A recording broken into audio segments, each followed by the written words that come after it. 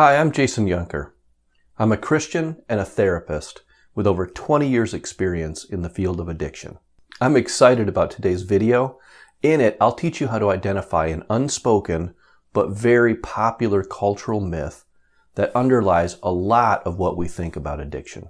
We might call this the social work view. So this is the social work worldview. Pre-industrialized peoples and children are innocent and free. They don't hate or oppress. They love themselves and have affection for others. If they are ever unsure what to do, they simply look inside their own hearts for guidance.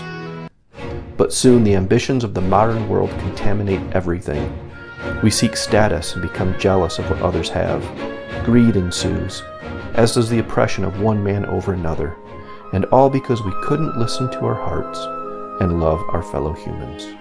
But in a world of greed and competition, preoccupation with social status leads to lavish parties and excess consumption. Humans are alienated from simple pleasures and relationships. Prevented from bonding with others, lonely people bond with a substance. Raised in an unhealthy society, traumatized people seek temporary relief from suffering. It's an awful picture, but one thing is for sure. Social workers know it is not their fault.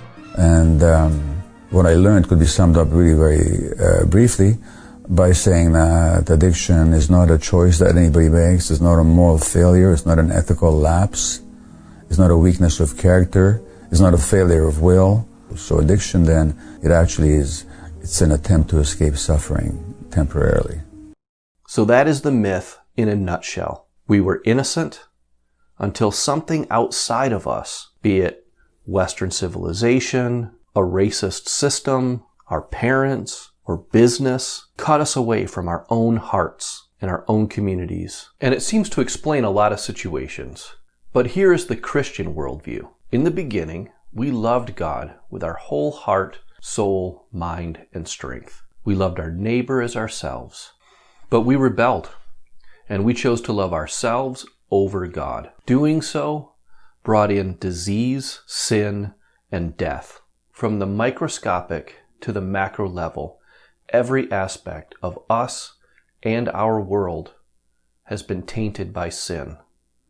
As Bob Dylan said, everything is broken. This is the doctrine of original sin. How is this a more useful worldview?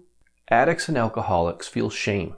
That shame can perpetuate a cycle in which I do things that I should not do, and there are responsibilities that I don't take care of. The shame of that, mixed with the physical and mental effects of coming down from a high or of having a hangover, make using very attractive again. In the Gospel of Luke, there's an account of a woman who is just hanging on Jesus and showing him all kinds of affection. And his fellow rabbis tell him, hey, if you're really a prophet, I think you'd know a little bit about this woman's background and maybe you wouldn't allow her to hang on you like that. But Jesus says something very interesting.